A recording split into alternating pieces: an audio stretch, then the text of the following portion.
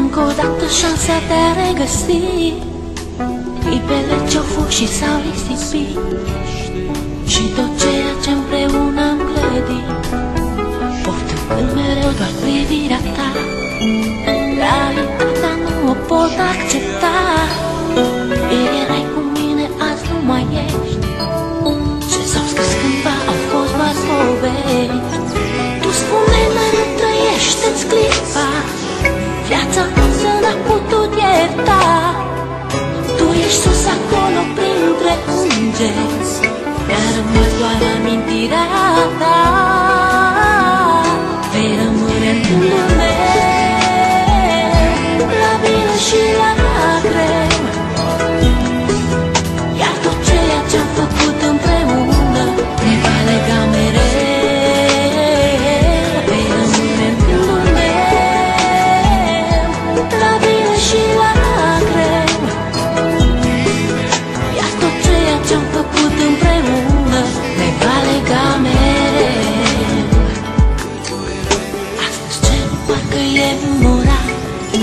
Totul jurul meu îmi pare schimbat.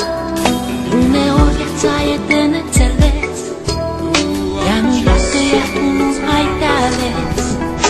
Este ultimul tău drum, te-am pierdut. Amintirea se așterne în trecut. Ieri erai un suflet nevinovat, astăzi îngerii din cer mi te-au luat. Parcă ieri trăiam speranțe și vise, parcă ieri aveam tot ce ne-am dorit.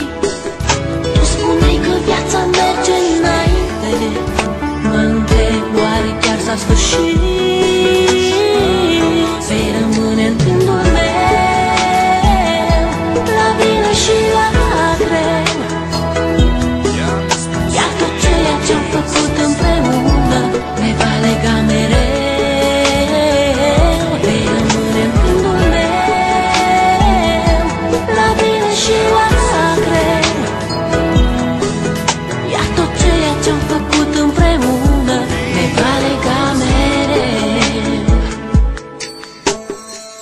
Știu că mă auzi. Este poate ultima oară când te privesc în ochi, ultima oară când îți văd chipul, ultima oară când îți vorbesc.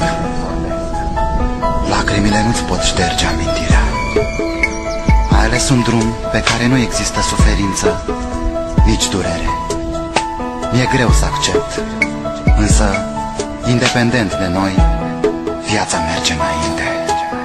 Parcă ieri trăiam speranțe și vise, parcă ieri aveam tot ce ne-am dorit. Tu spuneai că viața merge înainte, mă întreb, oare chiar s-a sfârșit?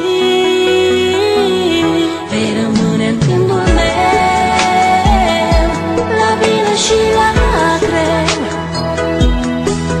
iar tot ceea ce-am făcut împreună ne va lega mereu.